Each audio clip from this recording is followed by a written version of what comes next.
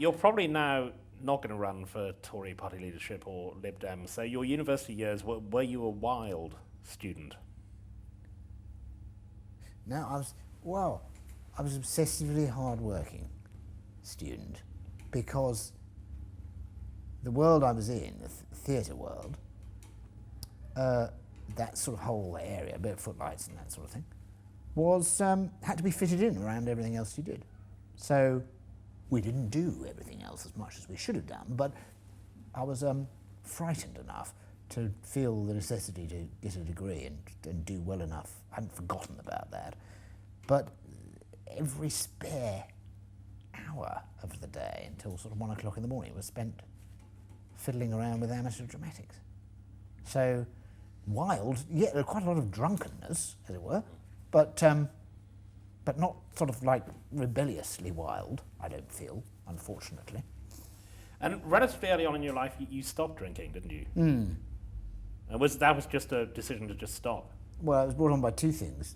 The first was hepatitis, and you can't drink for a year when you get hepatitis. So I didn't drink for a year. When I came to it was probably better not to go back and start all over again. So I just I decided it wouldn't be a bad idea to stop. I was a sort of lush, not a people. I mean, the trouble, I was a very jolly drunk, and people sort of loved it.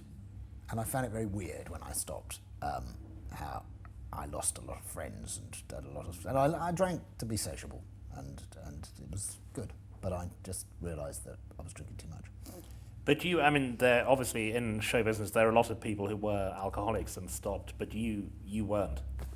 I don't know. Yeah. I mean, I probably passed the definition of an alcoholic, but I never went, the 13 steps or whatever.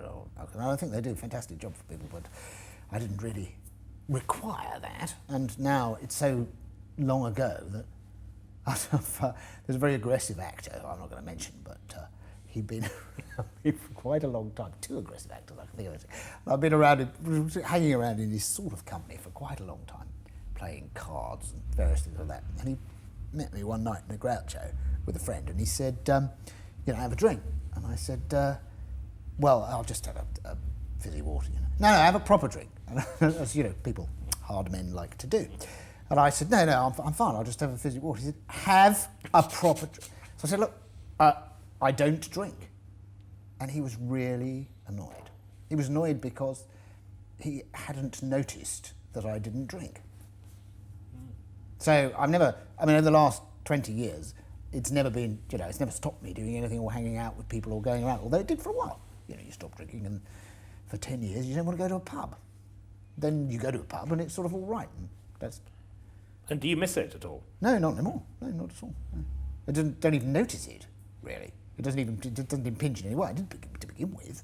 Yes. I wanted to drink very badly, and I have to admit that's but I don't think of it as being something that you need to make a big sort of shtick about all the time. Although I've just made a big shtick.